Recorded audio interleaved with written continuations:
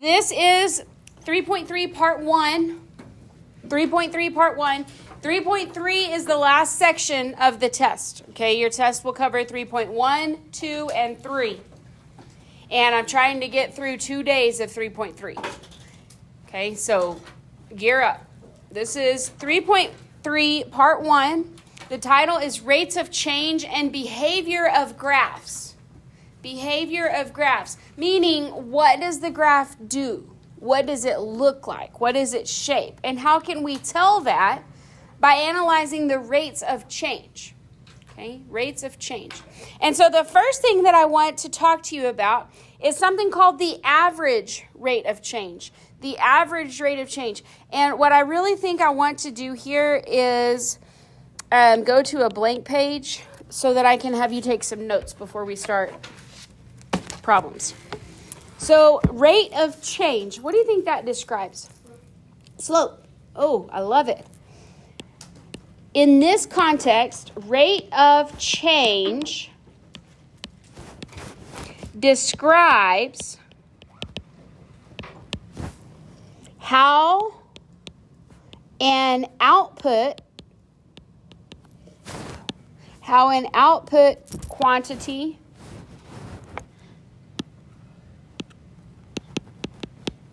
changes relative to the change in input.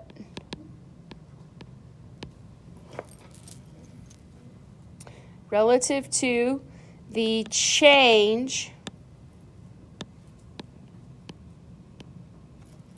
in the input quantity.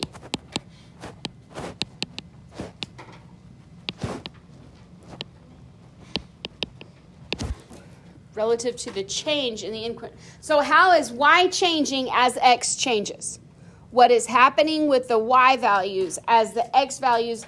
So if I increase my x values, if I move to the right, what's happening in y? Is y also going up? Or is y going down as I go to the right in x, right? And so the rate of change of the function is going to tell me a lot about the function.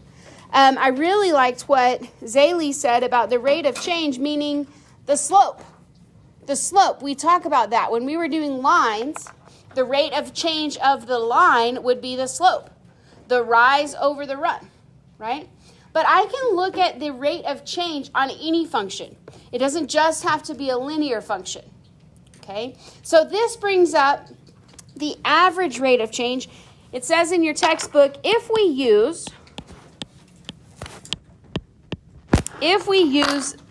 only the beginning and ending data, we are finding the average rate of change. Average rate of change.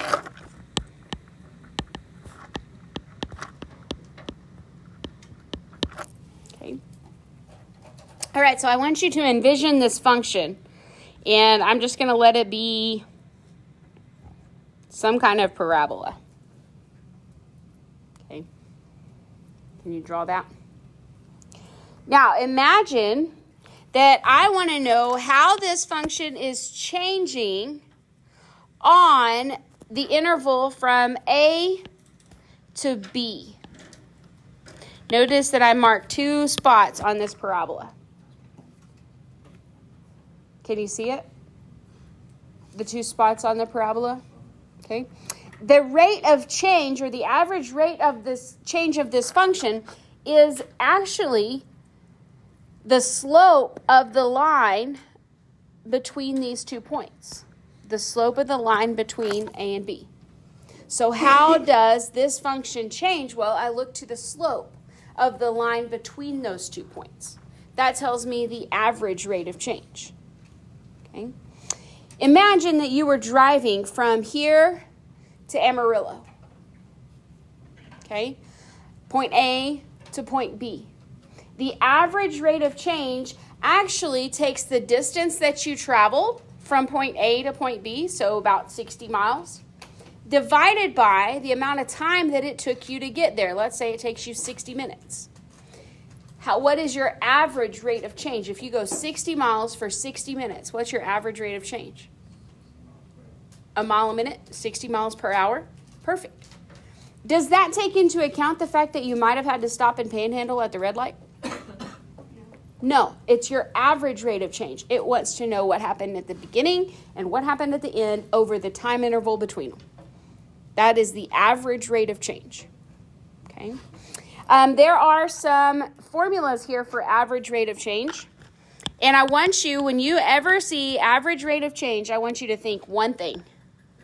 Average rate of change, I want you to think slope. It's slope, okay? Just like Zaylee said, this is the slope of the line between 2 points. That is how I calculate the average rate of change. Later on, when you get into physics, even maybe next year, or you come into calculus the next year, we talk about something called the instantaneous rate of change. And all it does is it takes this time interval from A to B and it drops it down to nothing. It's cool and it's more accurate. But until then, we're finding the average rate of change, which is the change between 2 points that are spread apart. How do I find slope between 2 points on a line? Can you remember any formulas that you might know for that? Okay, rise over run. How do I calculate that? How do I know how much it rises? How? The change in y? Change in y? Why do I know that y goes on top? Because what did you say first? Rise.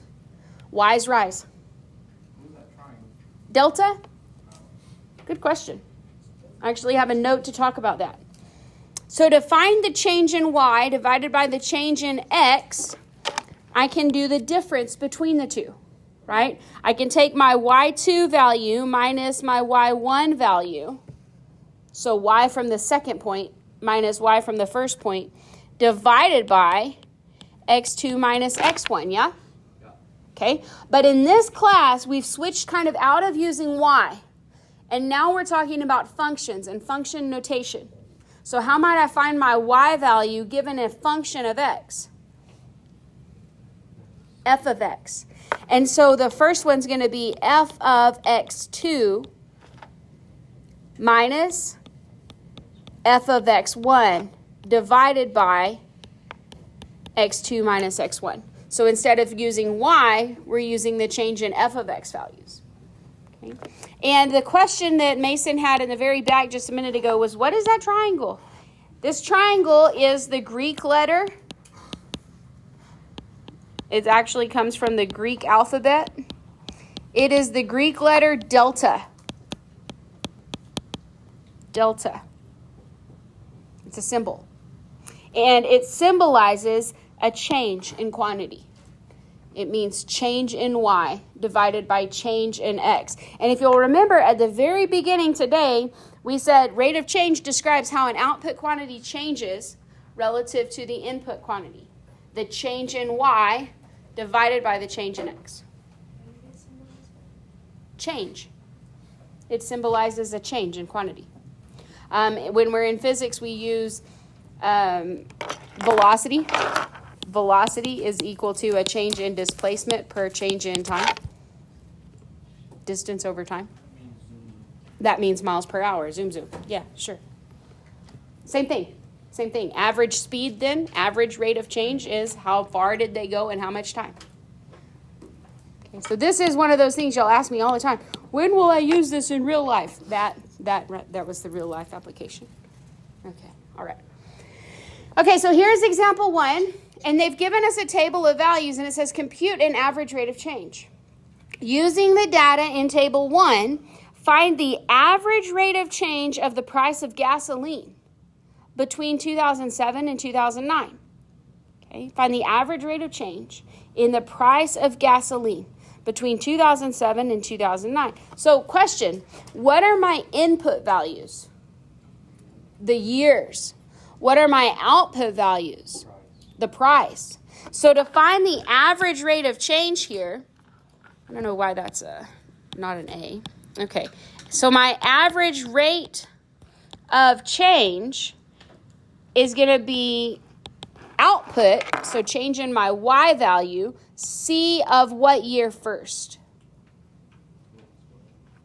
Read it.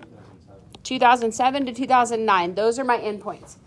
Reading from 2007 to 2009. So I'm looking right here at this information and here at this information. Okay.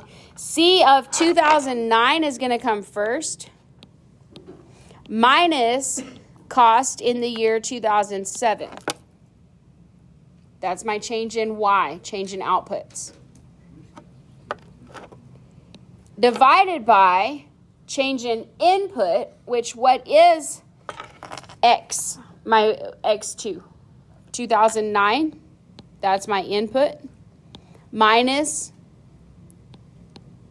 2007. So I'm going to have a 2-year difference here.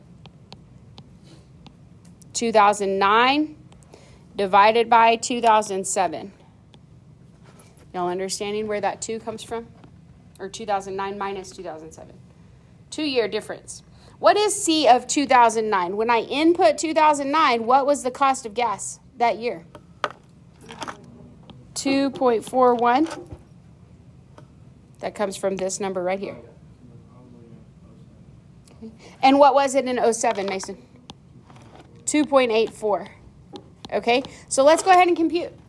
Let's do 2.41 minus 2.84. You have a calculator. 2.41 minus 2.84.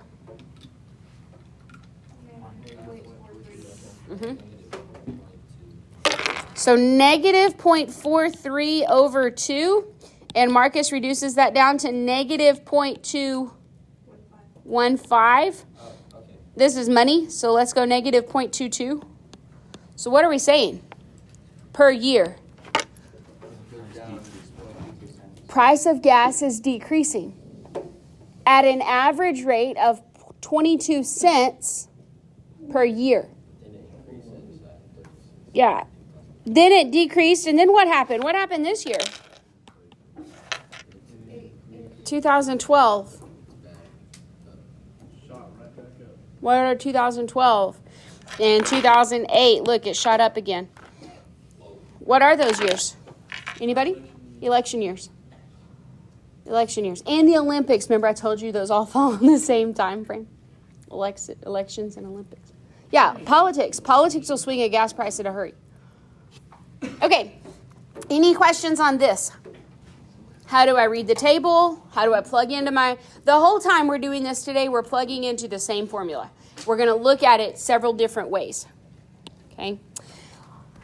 All right, here's example 2. Can we compute the average rate of change from a graph? And so it wants us to find the average rate of change on the interval from negative 1 to 2. Okay. Note that that's not an ordered pair. If it was an ordered pair, it would be written with parentheses, negative 1, comma 2, and that would be like this dot right here. Okay, that's not what this says. This is giving us an interval of x values. It's a domain. They are telling me from x equals negative 1 to x equals 2, what's the average rate of change? Can you tell what they're doing? So they're asking you, say it, Judson.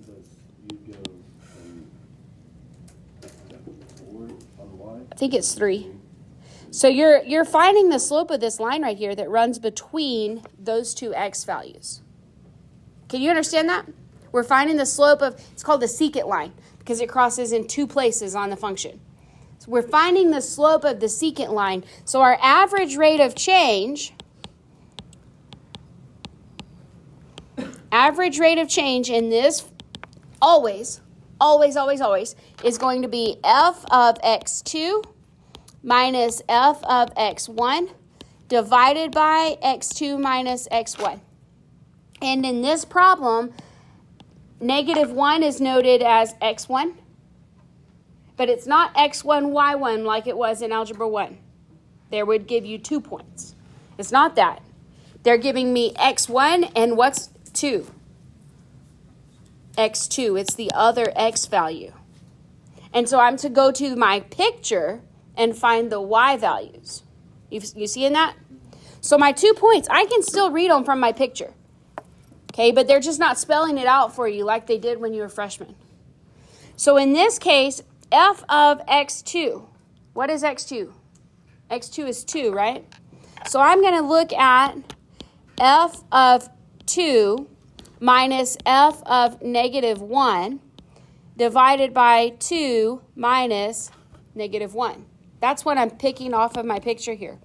What is f of 2? That means when x is 2, what's the question? When x is 2, y is 1. That's what we're finding here. When x is 2, y is 1. Good?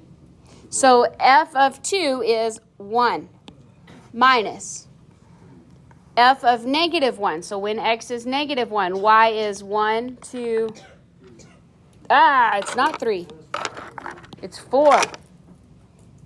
1, 2, 3, 4. Can you see that 4 is a pretty point and 3 is kind of close? So f of negative 1 is going to be 4. So we're going to have 1 minus 4 on top and 2 minus negative 1. So what on the bottom? 3. What's 1 minus 4? Negative 3 over 3. Can we simplify? Negative 1. And did you test it? Is the slope of the line from point A to point B down 1, run 1, down 1, run 1, down 1, run 1? We did it. So that would indicate the average rate of change. Okay? Y'all are giving me a nod, so I think we're ready to move on. Good? All right. Here's example 3. Computing average rate of change from a table. Another table. Here we go. It says, after picking up a friend who lives 10 miles away and leaving on a trip, Anna records her distance from home over time. The values are shown in table 2. Find her average speed over the first 6 hours. Speed is distance over time. Over the first 6 hours. Okay? So what is her first input value? 0. And what is her second input value? Over 6 hours. 6. So it doesn't matter how many times she stops and starts in between. I'm only looking at first and last number. Okay? Average rate of change. It doesn't tell a very clear story. It tells an average story. It's not very accurate. It doesn't take into account whether she stopped at a rest stop for a picnic or not. Okay? It is what it is. It's the best you can do for now. Should encourage you to come take my class later. We can do better. No? No? No? All right. Anyways, average speed. Speed is distance over time. Distance is going to be change in y, change in distance over change in time. Can you tell? That's speed. And so I'm going to do d of what time first? I always do the big one first. D of 6 minus d of 0 divided by my change in time, which is going to be 6 minus 0. Can you tell that this was y2 minus y1 over x2 minus x1? Can you tell? It's the same thing you've been doing your whole life, just doing it better. What is d of 6? 292. What's d of 0? 10. So I'm inputting 6, outputting 292. Input 0, output 10. It's the change in output values on top, change in input values on the bottom. Is that better, Mason? So what's my change in inputs? 282. So 282 over 6. Anybody got a number on that? 47. 47 miles an hour. So either she went really slow right? On average, she kept it at, it's cruise control, 47 miles an hour. Or, what are some alternate thoughts? Man, stop. Or she made some stops somewhere. And we don't get that information because we're looking at start and finish. And we're averaging what happened in between. Okay. It says, is the speed constant the whole time? Does she seem to travel constantly increasing at 47 miles an hour the whole time? Look at your input or your output values. No, what can you tell? They're not all the same. Yeah, they're not divisible by each other where I get the same number every time. Where do you think that she sped up a little bit? Where do you see that? On the highway. 2 and 3. Between 2 and 3, this is a pretty big jump. What is that, like 63 miles? That's a big jump. 3 and 4 is not. Between 1 and 2, it's 35? Yeah, I agree. Well, between 0 and 7, that's like... Now she's really going, huh? That's like my trip from Pampa to Amarillo in 30 minutes. It took her an hour to go 8 miles, so she may have had lunch, right? And we don't know that when we're finding average rate of change. All I know is I can make Amarillo in 30 minutes. All I know is I don't need to know that, Mason. Okay, so here's another example. This is going to be example 4. Do y'all understand what's happening here? How we're using average rate of change, we're finding f of the second value minus f of the first value divided by the difference. This is easier than what we've been doing. I like it. I'll take it. All right, so example 4. This time they're going to give you a function. And it says compute the average rate of change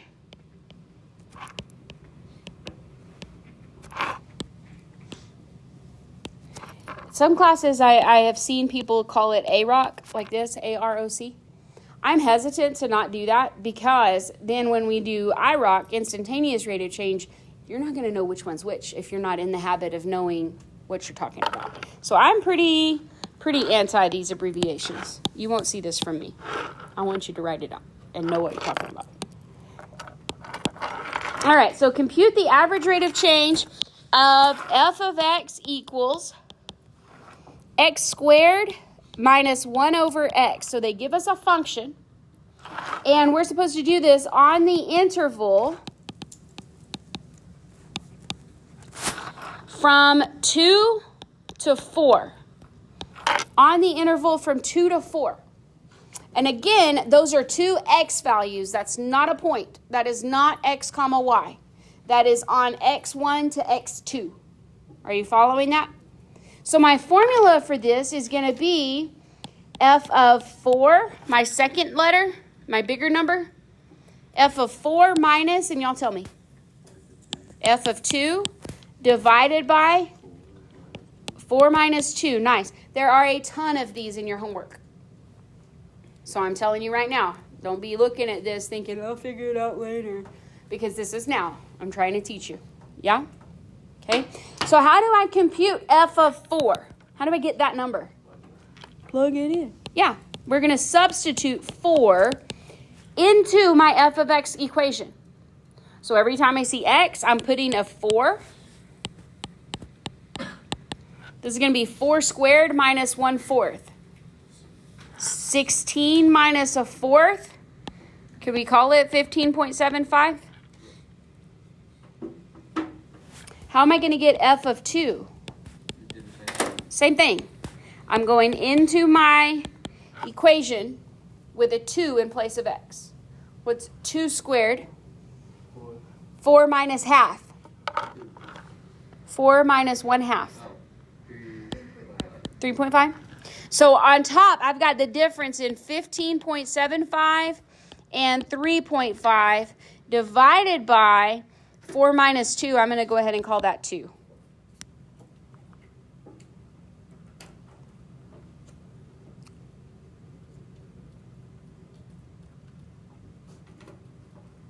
You got it? You got it? What'd you get?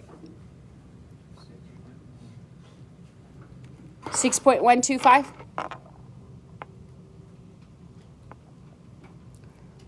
Yeah, I got 2. 6.125? Agreed. Compute the average rate of change. So that is this function on the interval from 2 to 4. They drew a line from 2 to 4. And that's the slope of that line. Okay? Now, I'm going to pause right here and go over some calculator things that I want to show you. And so if you're at home and you're watching this video and you need to come in and figure out what to do on the calculator, just come see me and I'll make that happen. Okay. So that's kind of the way that we go on the calculator. There are 2 more examples, guys. Y'all are killing it today. I'm so proud of you. We're going to do, we've got time. We can get them done.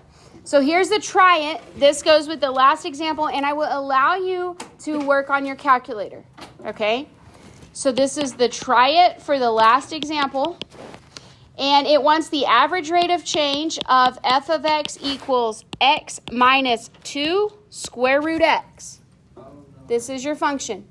F of x equals x minus 2 square root x on the interval from 1 to 9. Okay. So what we've got to do here is we've got to have f of what? 9 minus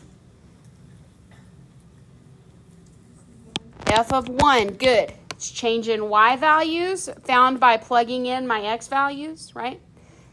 F of 9 minus f of 1 over 9 minus 1. Good. So on paper, I'm going to go ahead and find f of 9 and f of 1. You may use your calculators to get these values figured out. And if you do, I would type the whole fraction. There's no sense in chunking it and messing it up. Type this entire thing in your calculator. But you've got to put in the new function before you can do that. On the graph, you've got to have this function. Otherwise, you're plugging 9 and 1 into the last problem from the last function from the last problem. How do you get to a new page? Is doc right? You just Press the home button and start over. No, I mean like after you did the graph. Control dock. Control dock. Okay, what was I doing? F of 9.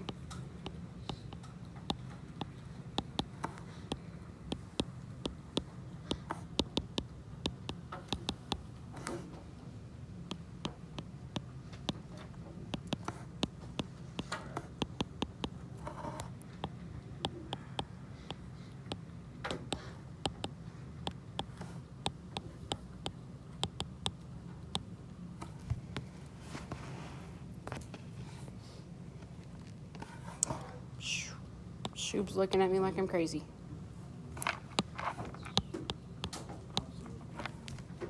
Good call. You say a lot with those little eyes. You didn't even say anything, and I knew I was wrong.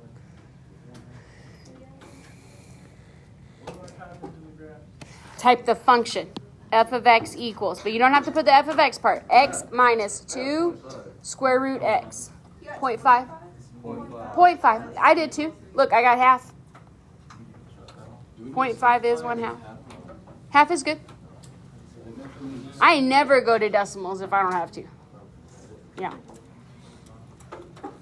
What happened, Maisie? Are y'all good back there? I'm trying. Good. Thank you. Thank you for trying. Excellent. I'll take trying all day, every day.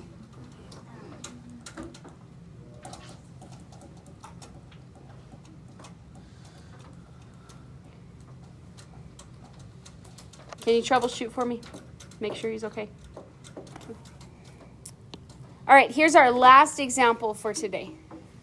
Did he get it? Woo! Yes! Okay, example 6. Example 6. Same instructions. Find the average rate of change. But this time our function is g of t equals t squared plus 3t plus 1. G of t equals t squared plus 3t plus 1. It's not scary. What kind is it? It's just a parabola. Everybody breathe. It's quadratic. It's fine. Okay. On the interval from 0 to a, not 8, a. And this is where this one's yuck. Duncan's rolling his head back. Why? We did all the numbers. Why we got to do letters? This is tomorrow first thing. So you're not able to still use your calculator here. I know, but I don't like it. Because what am I going to plug in for A? Except A, right? So it's really not that bad. I just wanted to run this one by you. I've got to do G of A minus G of 0 on the interval, over A minus 0, right? But what is G of A? That's going to be me rewriting this function in terms of A. That's all. A squared plus 3A plus 1. Not scary. Everybody breathe. And then I also need G of 0, which is going to be 0 squared plus 3 times 0 plus 1. How does that equate? 1. Okay. So when I'm plugging in up here, I'm going to plug in G of A. A squared plus 3A plus 1. Minus G of 0, which happens to be 1. Divided by, what's A minus 0? A. What happens with this plus 1 minus 1 on the end? Those cancel. So I'm left with A squared plus 3A over A. Both terms in the top have an A. Careful, Duncan. Hang in there. Both terms in the top have an A. So I can factor it out. Right? Divide it back out. Undistribute it. Now it's A plus what? 3 divided by A. Now those A's cancel. A divided by A. Now those cancel. So what's my average rate of change on the interval from 0 to A?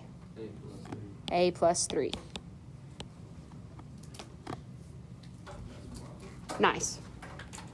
Good job. You do have homework. It is posted. Let's please, please, please be ready to grade it tomorrow. If you have questions, you come find me in tutorials. Homework is for home. Learning's for class. Okay.